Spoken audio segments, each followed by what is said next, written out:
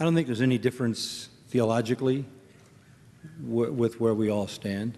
And we've navigated that together on every possible platform in every situation. How we respond to the culture around us and the pressures that come on us from the culture, how we navigate those relationships that face us. I get a lot of, and even with this Shepherd's Conference coming up, I got a lot of heat from people on the internet who I don't, somebody has to show it to me because I don't go there. But that you were going to be here because you may have expressed yourself differently on the issue of social justice or whatever other issue it might have been. That seems to be the buzz button anyway. And I said, look, these are my friends. These are men I love. These are men who serve Christ. They've given their life to Him. God has given each of you guys a formidable place in the kingdom, and you've all had an impact on my life. I'll fight error, but I don't fight my friends. Why would I do that? I don't want to become an island.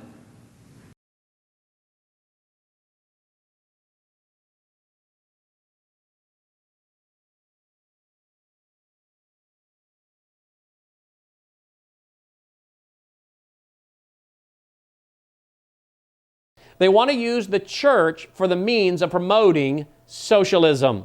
But to do that, they must first introduce a left-wing Christianity, as Richard Wurmbrand in the early 60s came to America from a 14-year stint in a Romanian communist prison and warned us that the communists are very excited about the 300,000 liberal clergy you have in America in the early 60s, far more now, and they don't really care if they win them for communism as much as if they win them for a left-wing Christianity that supports communism. And I would say that's exactly what men like Ron Sider and Tony Campolo and Jim Wallace and Tim Keller and Bob Buford and Rick Warren and the Gospel Coalition, Betty, Matt Chandler, David Platt, Al Mohler, Mark Dever, and many of them are doing. They're winning these folks for a false gospel, a works-based, hyper-extreme Calvinist theology, messed up eschatology, wrong view and purpose of the church, wrong view of Israel, and it will lead to a false religious system that will give way to communism, a left-wing Christianity and spiritualism that supports communism in many, many ways. And sadly, I don't think many of these, quote, useful idiots at the Gospel Coalition even know what they're doing.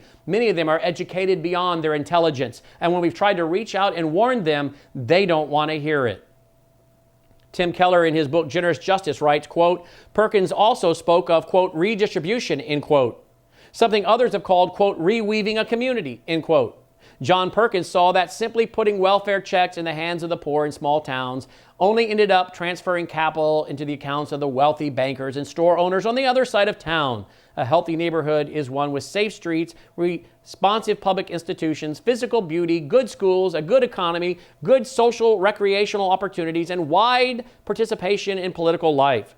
Reweaving aims to bring these things about. There must be a full range of measures designed to redirect the flow of financial capital, social capital, and spiritual capital back into the community instead of out of it, end quote. So what's Tim Keller calling for? The three-legged stool.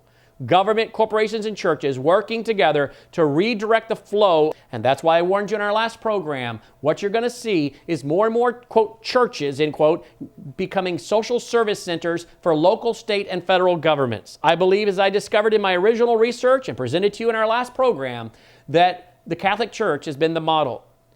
We quoted The Economist magazine that showed that 62% of the money that Catholic charities bring in comes in from state, local, and federal governments. They're the middleman. They get a piece of the action for being a social service center.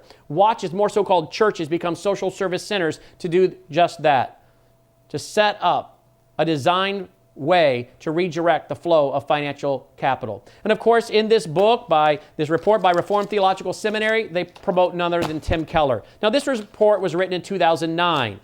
Well, it gets worse. In 2014, from Reformed Theological Seminary website, what do we see? Reformed Theological Seminary, Redeemer City to City, announced strategic partnership. So from 2009, they go for writing a report on building the three-legged stool, changing the focus and purpose of the church, social justice, redistribution, Ron Sider, many other radicals.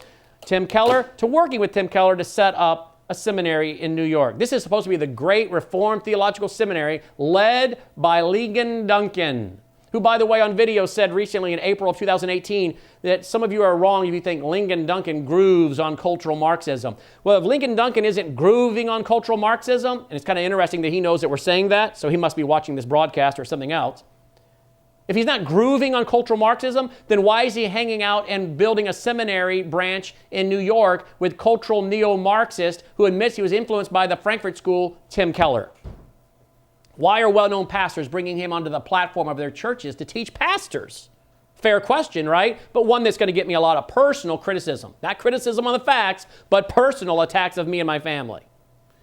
The press release from Reformed Theological Seminary said, September 22nd, 2014, Redeemer City to City and Reformed Theological Seminary are pleased to announce a strategic partnership to provide a seminary education in New York City. This advances the vision of the Reformed Theological Seminary to provide graduate theological education globally, and that of Redeemer Presbyterian Church and its founder, Pastor Dr. Timothy Keller, who started City to City to prepare ministry leaders, pastors, and church planters for New York and cities internationally. Reformed Theological Seminary is thrilled to collaborate with Redeemer City to City and with Tim Keller to prepare a new generation of ministry leaders and establish an Reformed Theological Seminary extension in New York, end quote, says Dr. Ligon Duncan, Chancellor and CEO of Reformed Theological Seminary. Quote, I have known and admired Dr. Keller for many years and count him as a friend, and am deeply grateful for his ministry and vision for planting churches in New York and in other major metropolitan cities around the world. The board of Reformed Theological Seminary and I are pleased to partner with City to City to offer a rigorous program of graduate theological study in New York City, end quote. Well, does Ligon Duncan know what kind of seminaries and churches Keller wants to plant? Because in this series, we have quoted him and shown the video where he's saying we need to create churches for the poor. We need to create churches for unbelievers. There is no such thing as a church for unbelievers. The word church means ecclesia, called out ones. These are the promoting and planting of social justice false churches.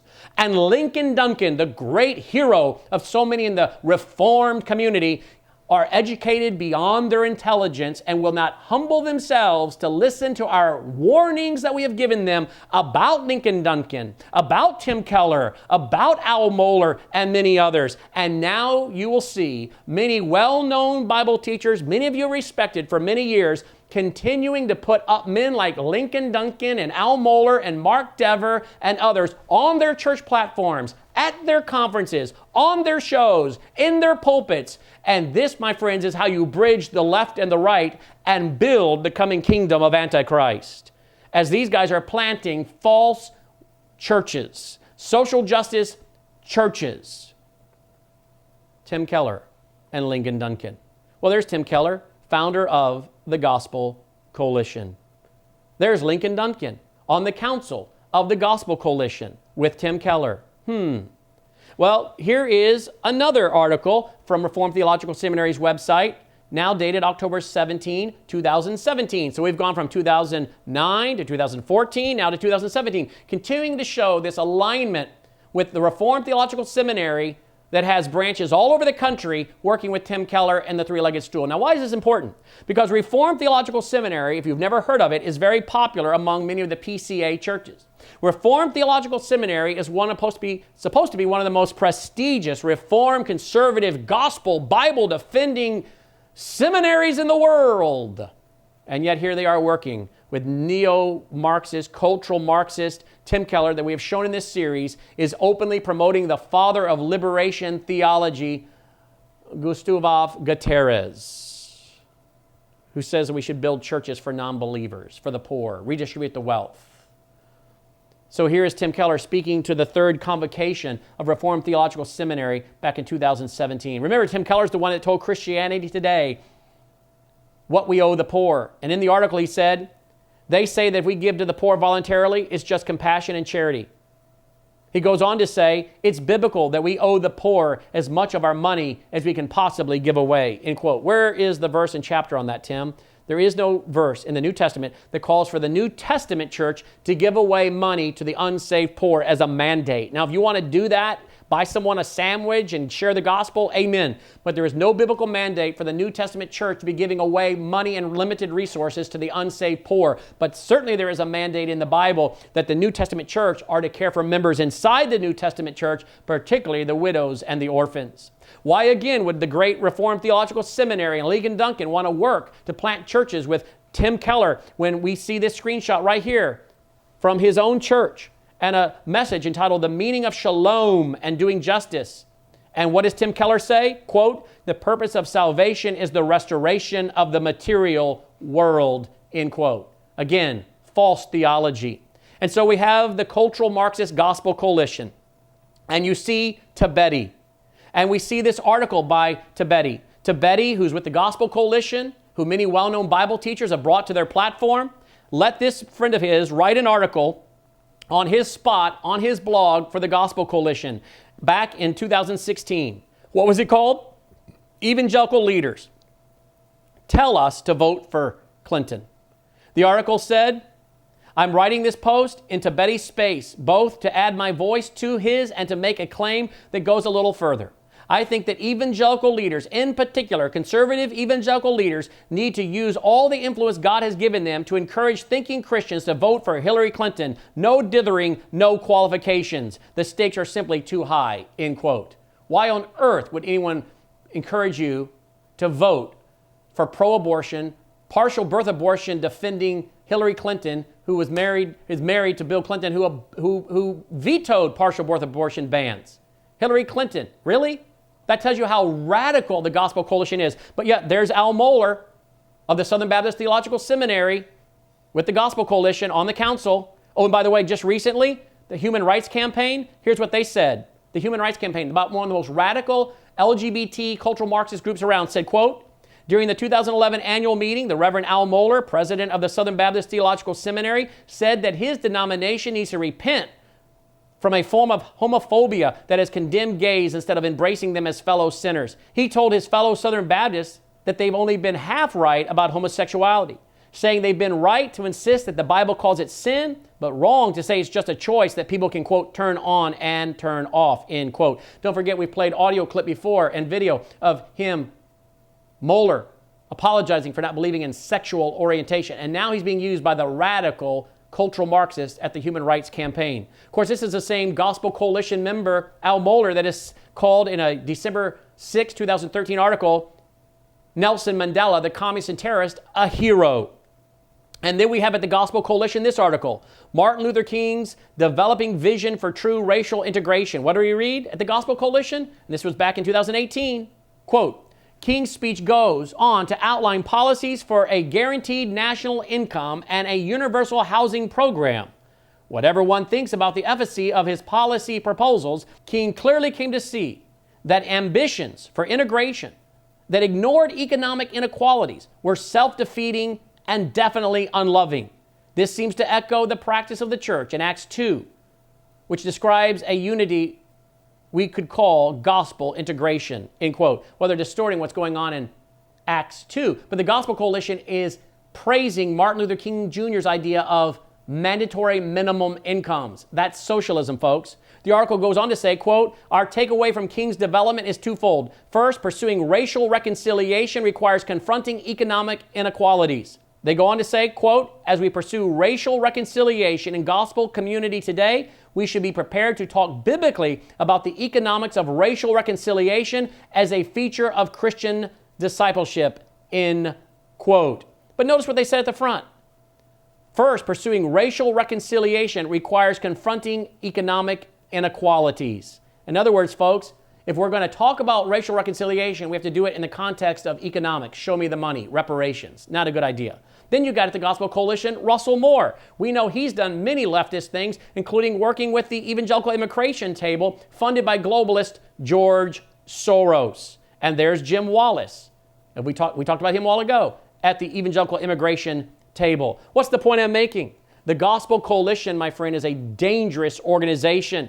It is a cultural Marxist organization. And you'd be shocked at the Bible teachers you've respected that are hanging out with Al Mohler, that are hanging out with Tibeti, that are hanging out and sharing the platform with David Platt and Mark Dever, and as I said, Al Mohler, or Kevin DeYoung, and Lyndon Duncan, and H.B. Charles.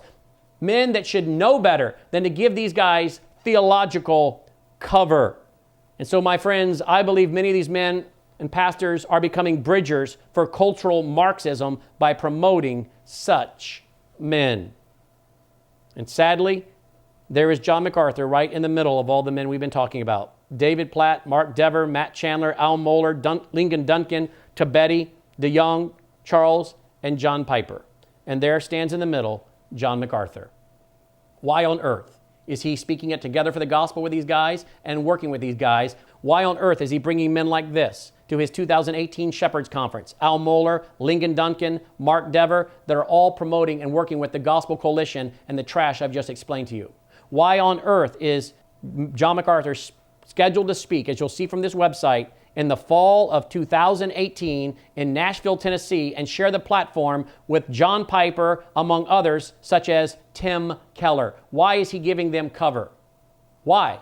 Why recently did John MacArthur in June 11th through the 15th, 2018, let James White come and speak at his church and seminary, when James White violated 2 Corinthians 6:14 through 17 and 2 John 9 through 11 by partnering with a Jew-hating, Holocaust-denying, Hitler-defending, jihadi-preaching imam right here in my backyard in Memphis, Tennessee last year?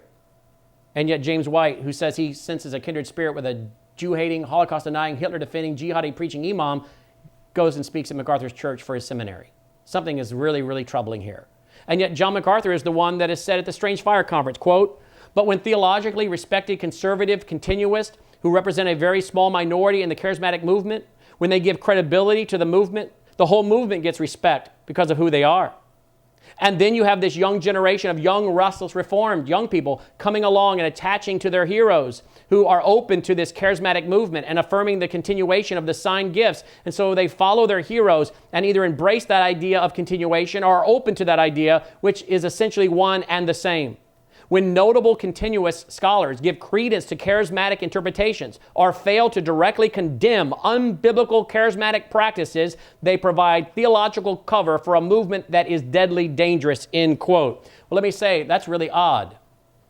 Because if he says you shouldn't be giving theological cover by working with the clear-minded charismatics, then why is he working and speaking it together for the gospel with Matt Chandler and David Platt and John Piper, who are all clear-minded charismatics, or at least charismatics? I'm not sure how clear-minded, but charismatics. Now, personally, I'm not into fighting the charismatics. I'm opposed to the Word of Faith, and I'm opposed to the New Apostolic Reformation.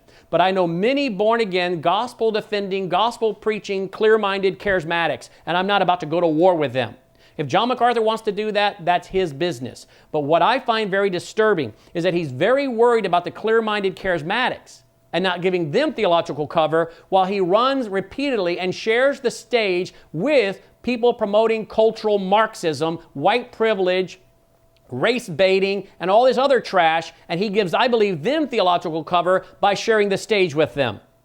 So when he says, quote, "When notable continuous scholars give credence to charismatic interpretations or fail to directly condemn unbiblical charismatic practices, they provide theological cover for a movement that is deadly dangerous," here's what I would say to Dr. MacArthur. When men like you, that are notable so-called scholars, give credence to cultural Marxism and their concepts and ideas and interpretations of the purpose and function of the church, or you fail to condemn directly their unbiblical practices, you provide theological cover for a movement that is deadly dangerous, end quote, Dr. MacArthur. While I've appreciated your ministry, I very much am concerned with your direction. There's no excuse for this. My ministry does not bring in $20 million a year. Some of you guys, these guys, like Dr. MacArthur, their ministries bring in millions. Do they not have enough people on staff to do the research we're doing and then be aware of this? The sad thing is we have tried to warn and it's fallen on deaf ears. And when we've tried to warn, what we end up being is attacked by some of John MacArthur's own staff and close friends. Because once again, if you are one of the good guys that's preaching extreme Calvinism, you get a pass. That seems to be the standard now. I don't think there's any difference theologically with where we all stand. And we've navigated that together on every possible platform in every situation. How we respond to the culture around us and the pressures that come on us from the culture, how we navigate those relationships that face us. I get a lot of, and even with this Shepherd's Conference coming up, I got a lot of heat from people on the internet who I don't, somebody has to show it to me because I don't go there. But that you were going to be here because you may have expressed yourself differently on the issue of social justice or whatever other issue it might have been. That seems to be the buzz button anyway. And I said, look, these are my friends. These are men I love. These are men who serve Christ. They've given their life to Him. God has given each of you guys a formidable place in the kingdom, and you've all had an impact on my life. I'll fight error, but I don't fight my friends. Why would I do that? I don't want to become an island.